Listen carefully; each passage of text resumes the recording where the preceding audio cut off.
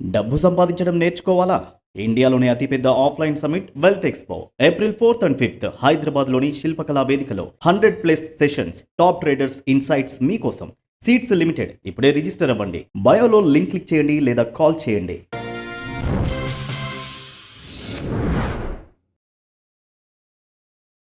Hello బొన్నుగల్ సర్మాన్ గారు, welcome to social post. నమస్తే నిహాల్ గారు. సార్, ఇప్పుడు మార్కెట్ పెరిగినప్పుడు మనం అందరం ఎంజాయ్ చేస్తాం. మన మనీ ఇన్వెస్ట్మెంట్ అనేది డబుల్ అయింది, ట్రిపుల్ అయింది, ఇంత పర్సెంట్ రిటర్న్స్ వచ్చినాయి, మనం ఎంజాయ్ చేస్తాం. కానీ ఇప్పుడైతే మార్కెట్ అయితే పడిపోయింది. సో ఈ పడిపోయిన సిచ్యువేషన్స్లో దాన్ని మనం ఎలా అర్థం చేసుకోవాలి? మార్కెట్ క్రాషెస్ అంటే బేర్ మార్కెట్స్ నుంచి మనం కొన్ని నేర్చుకోవచ్చు. వాల్యూ రీసెర్చ్ ధీరేంద్ర గారు నాకు ఒక మెయిల్ పంపించారు. దాని నుంచి నేను మీకు కొంత డేటా ఇస్తున్నాను. ఒకటి ఏమిటంటే, మన మార్కెట్స్ అఫీషియల్గా అంటే అంతకుముందు కూడా బాంబే స్టాక్ ఎక్స్చేంజ్ ఉంది, కానీ 79 నుంచి మనకి డేటా సెన్సెక్స్ 79 నుంచి స్టార్ట్ అయింది, 92 నిఫ్టీ డేటా స్టార్ట్ అయింది. ఓకే అండి. అయితే మనకి క్యాపిటల్ మార్కెట్స్, అమెరికన్ మార్కెట్స్ 93 సంవత్సరాల నుంచి ఉన్నాయి. అమెరికన్ క్యాప్ అంటే సుమారుగా 100 ఏళ్ళ నుంచి ఉన్నాయి. 93 ఇయర్స్ ఆఫ్ అమెరికన్ స్టాక్ మార్కెట్లో అండి మనం చూస్తే 50 డిక్లైన్స్ ఉన్నాయి. 50 అంటే ప్రతి 2 సంవత్సరాలకి స్టాక్ మార్కెట్స్ పడుతుంది. ప్రతి 2 సంవత్సరాలకి ఎంత పడుతుందంటే 10% ఆర్ మోర్ పడుతుంది. అంటే క్యాపిటల్ మార్కెట్స్లో ఎప్పుడు మార్కెట్స్ ఇలాగే పెరగవు, డౌన్ అవుతాయి. ప్రతి 2 సంవత్సరాలకి 10% పడుతుంది.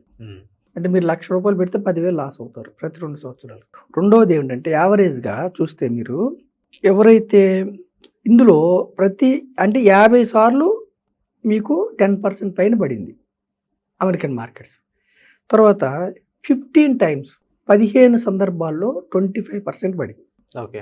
అంటే అర్థం ఏమిటంటే, ప్రతి 6 సంవత్సరాలకి క్యాపిటల్ మార్కెట్స్ 25% పడుతుంది. ఇప్పుడు మనకి 2020లో 40% పడింది మార్కెట్. 2026 15 అంటే ప్రతి 6 సంవత్సరాలకి హ్యూజ్ కరెక్షన్ వస్తుంది. ఇది మనం అర్థం చేసుకోవాలి. అయితే ఇక్కడ మనం చెప్పేది ఏమిటంటే, మార్కెట్ ఎన్నిసార్లు పడ్డా సెన్సెక్స్ 700 రెట్లు అంటే 100 పాయింట్ల దగ్గర స్టార్ట్ అయిన సెన్సెక్స్ ఈరోజు 73,000 అంటే డబ్బు 730 రెట్లు మల్టిప్లై అయింది.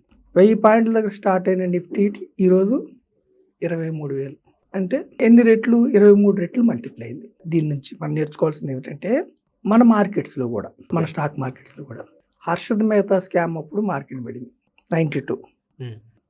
.com చాలా ఎక్కువ పడింది. .com 2001లో హ్యూజ్ కరెక్షన్ వచ్చింది. అలాగే 2008లో గ్లోబల్ ఫైనాన్షియల్ క్రైసిస్ 60%. ఇప్పుడు మన మార్కెట్స్ అరౌండ్ 15% మాత్రమే. సెన్సెక్స్ నిఫ్టీ 15% మాత్రమే పడింది.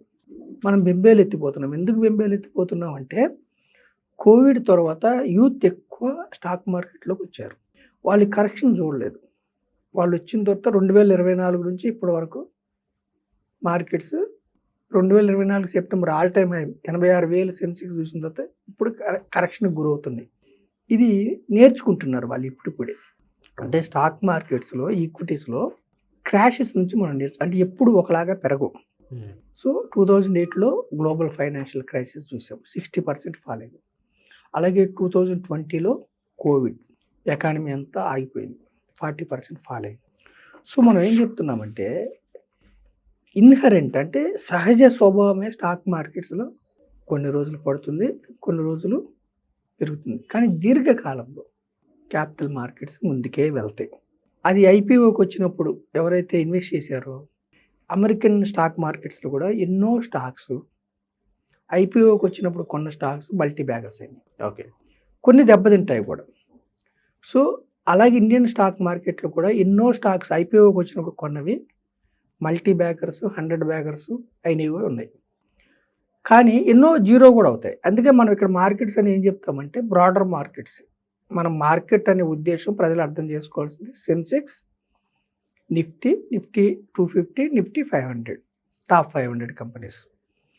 సో మనం ఏం చెప్తున్నాము, ఎన్ని ఒడిదుడుకులు ఉన్నా కానీ సెన్సెక్స్ 700 రెట్లు పెరిగింది. నిఫ్టీ 1000 పాయింట్లు ఉన్న నిఫ్టీ సుమారు 23,000 పెరిగింది. సో మనం ఏం చెప్తున్నామంటే, ఎవరైతే టైం ఇస్తారో ఆ టైం వాళ్ళని, ఎవరైతే ఈక్విటీస్లో టైం ఇస్తారో ఆ టైం వాళ్ళకి మేలు అవుతుంది. అంటే ఎన్ని ఇయర్స్ టైం మరి ఇవ్వాలంటారు సుమారు? లక్ష్యాలకు ఆధారంగా ఇవ్వాలి.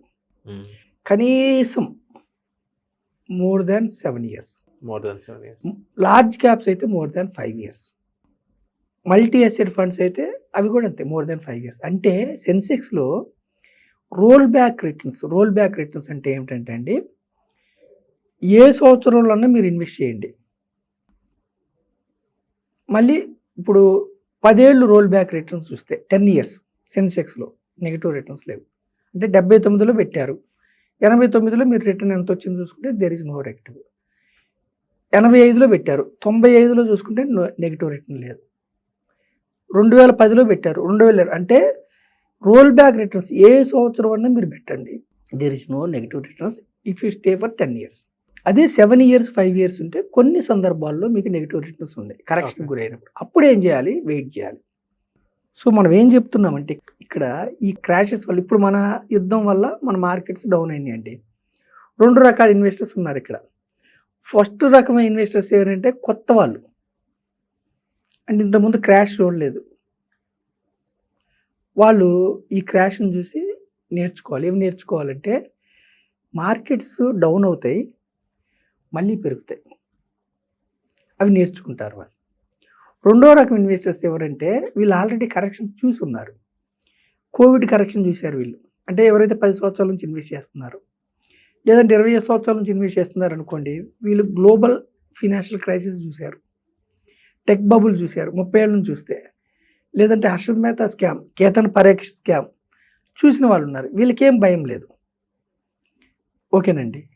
ఇక్కడ మనం ప్రజల్ని ఎడ్యుకేట్ చేసేది ఏమిటంటే 4-5 వేల స్టాక్స్ ఉంటే చిన్న స్టాక్స్ చాలా ప్రమాదకరం, ట్రేడింగ్ చాలా ప్రమాదకరం, డబ్బులు పోతాయి. ఇన్వెస్ట్మెంట్ అది కూడా బ్లూ చిప్ స్టాక్స్, మంచి డీసెంట్ పోర్ట్ఫోలియో, లేదంటే డైవర్సిఫైడ్ ఈక్విటీ మ్యూచువల్ ఫండ్స్, ఈటీఎఫ్లు, ఇండెక్స్ ఫండ్స్. అంటే నేనేమంటానంటే ఈ క్రాషెస్ నుంచి మనం నేర్చుకోవాల్సింది ఏమిటంటే ప్రతి 2 ఏళ్లకి 10% కరెక్షన్ స్టాక్ మార్కెట్లో సహజం, ప్రతి 6 ఏళ్ళకి మోర్ దాన్ 25% కరెక్షన్ స్టాక్ మార్కెట్లో సహజం. అది అమెరికన్ మార్కెట్స్ కానీ ఇండియన్ మార్కెట్స్ కానీ.